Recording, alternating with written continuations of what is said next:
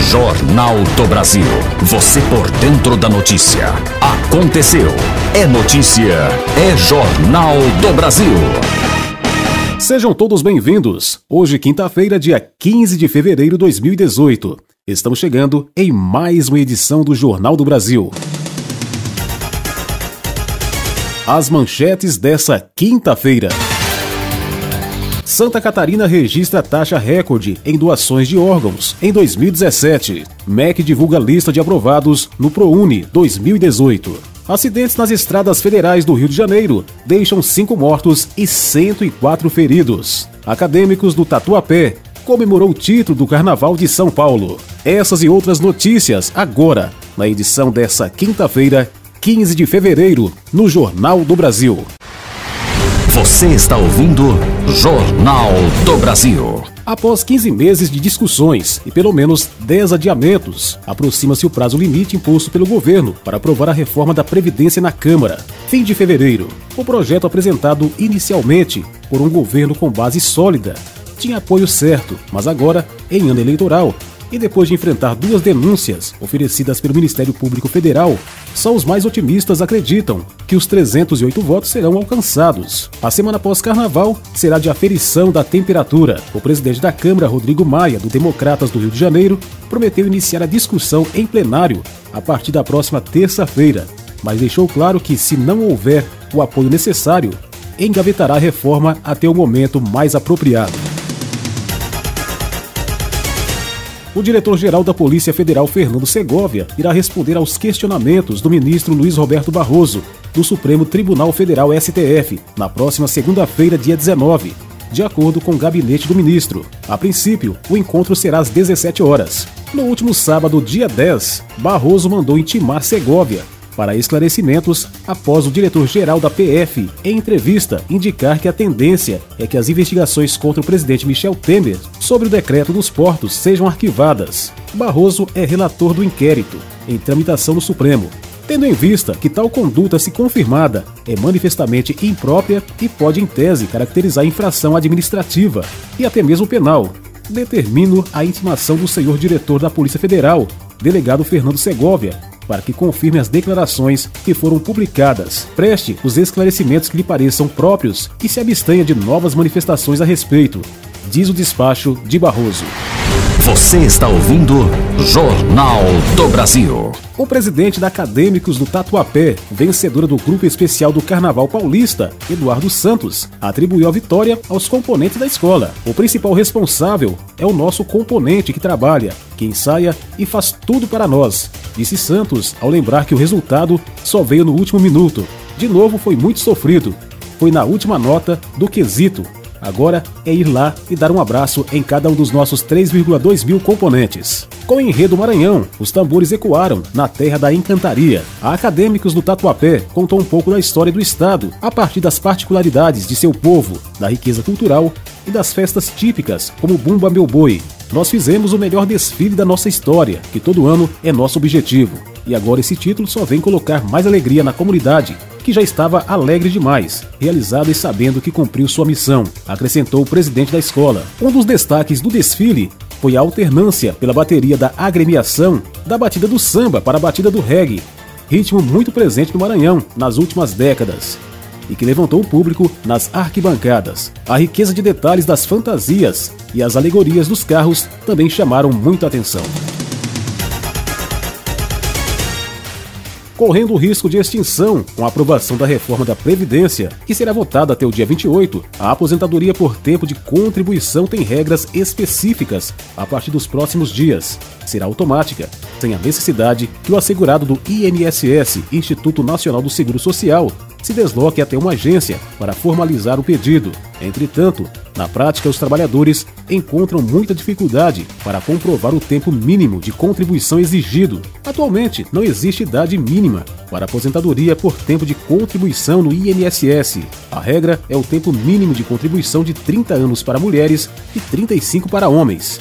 Além disso, é necessário ter, no mínimo, 180 meses efetivamente trabalhados para efeito de carência. O advogado previdenciário Celso Joaquim Giorgetti, da Advocacia Giorgetti, aponta que algumas categorias como a dos professores, tem regras diferentes. Aquele que der aula nos ensinos infantil, fundamental e médio tem como regra 25 anos de contribuição e 50 de idade, no caso das mulheres, e 30 de contribuição e 55 de idade, no caso dos homens. O especialista também ressalta que existem normas especiais para pessoas com deficiência, cujo tempo de contribuição exigido varia de 20 anos a 28 anos para mulheres e de 25 anos a 33 anos para homens.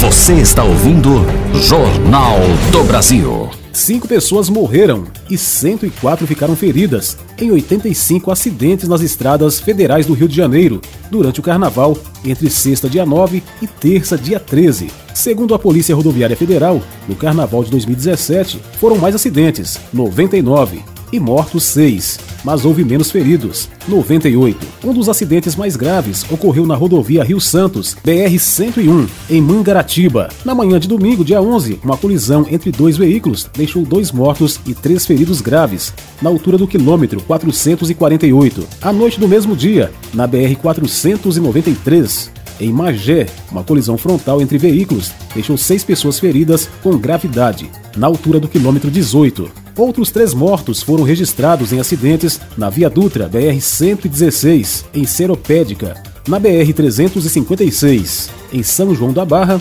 e na Rio Juiz de Fora, BR-040, em Duque de Caxias. Foram registrados mais 1.500 testes do bafômetro. 62 pessoas foram multadas, seja pela constatação do consumo do álcool, seja pela recusa de fazer o teste. Mais de 5.000 multas foram aplicadas, a maioria 2.616 por excesso de velocidade. Também foram aplicadas 1.206 infrações por ultrapassagem proibida.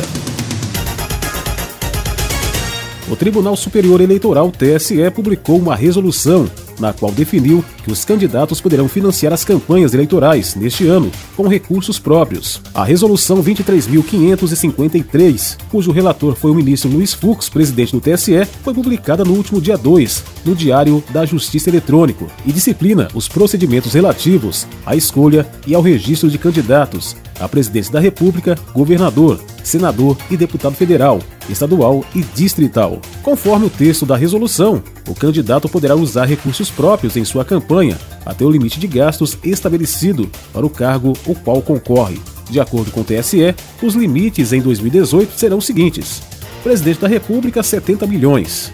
Governador de 2,8 milhões a 21 milhões, conforme o número de eleitores do estado. Senador, de 2,5 milhões a 5,6 milhões, conforme o número de eleitores do estado. Deputado federal, 2,5 milhões. Deputado estadual e deputado distrital, 1 milhão.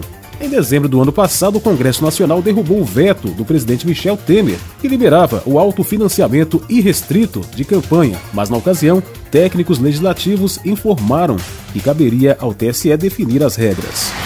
Você está ouvindo Jornal do Brasil.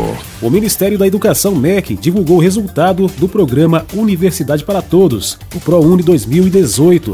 Ontem, dia 14, estudantes podem acessar o site oficial do ProUni para consultar o resultado do programa, que oferece 242.987 bolsas de estudo em 2.976 instituições de ensino particulares. Dessas, 113.863 são integrais e 129.124 são benefícios parciais. Cerca de 15 minutos depois da divulgação do resultado, o site voltou a exibir: aguarde o resultado da primeira chamada, com o resultado ficando indisponível para consulta. Procurado, o Ministério da Educação ainda não se manifestou sobre o ocorrido. Os candidatos aprovados para as bolsas de estudos terão de comprovar seus dados pessoais, incluindo condição socioeconômica, na universidade onde estudarão, entre os dias 15 e 23 de fevereiro. A falta de documentos e comprovantes provoca a perda da bolsa. As oportunidades eram exclusivas para quem fez o Exame Nacional do Ensino Médio, Enem 2017, e obteve média acima de 450 pontos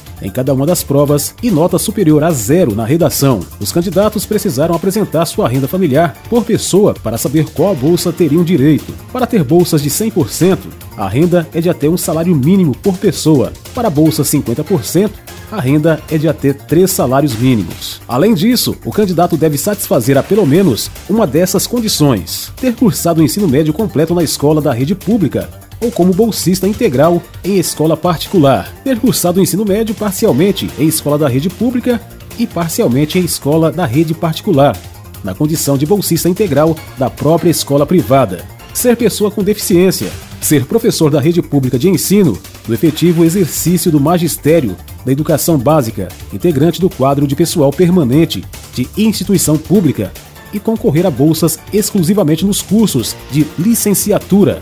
Nesses casos, não há requisitos de renda.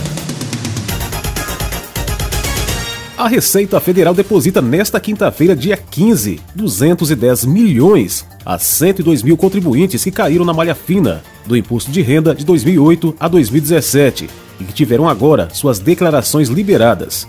Entre os beneficiados, 20 mil são idosos. A consulta do lote está disponível no site da Receita ou pelo telefone 146. As restituições terão correção pela Selic, taxa básica de juros.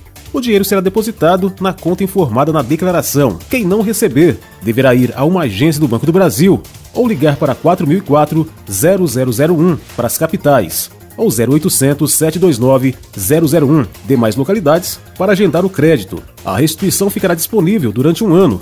Se o contribuinte não fizer o resgate nesse prazo, deverá requerê-lo por meio da internet. Caso o valor não seja acreditado, o contribuinte poderá contar pessoalmente qualquer agência do BB ou ligar para a central de atendimentos por meio do telefone 4004-0001 para capitais, 0800-729-001, demais localidades e 0800-729-0088, telefone especial exclusivo para deficientes auditivos, para agendar o crédito em conta corrente ou poupança em seu nome em qualquer banco.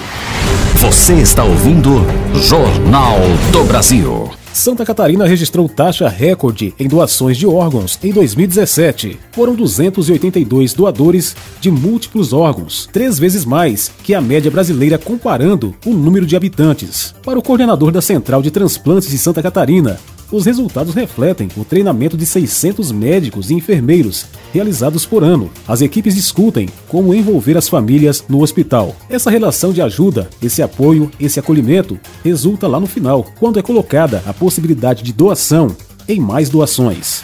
Detalhe o coordenador Joel de Andrade. Cerca de 67% das famílias abordadas em hospitais catarinenses autorizam a doação. Em relação à fila de espera, no entanto, o dado é positivo, não aumentou o número de transplantes, mas é um passo importante na luta para salvar vidas. A fila de espera por um órgão é nacional. No ano passado, 1.217 pessoas foram convocadas para fazer um transplante. Em Santa Catarina eram 559 pacientes na fila de espera por um transplante em 2017. Agora, no Jornal do Brasil, placar esportivo. O Santos negocia a contratação de Dodô, que está jogando atualmente na Itália.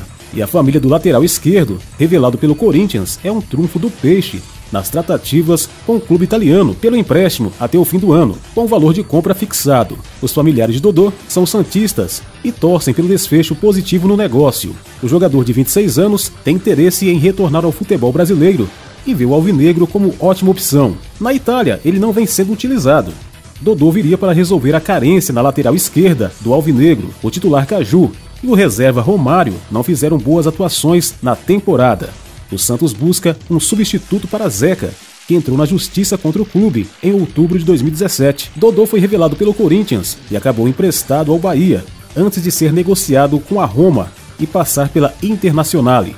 Ele coleciona convocações para seleções brasileiras de base.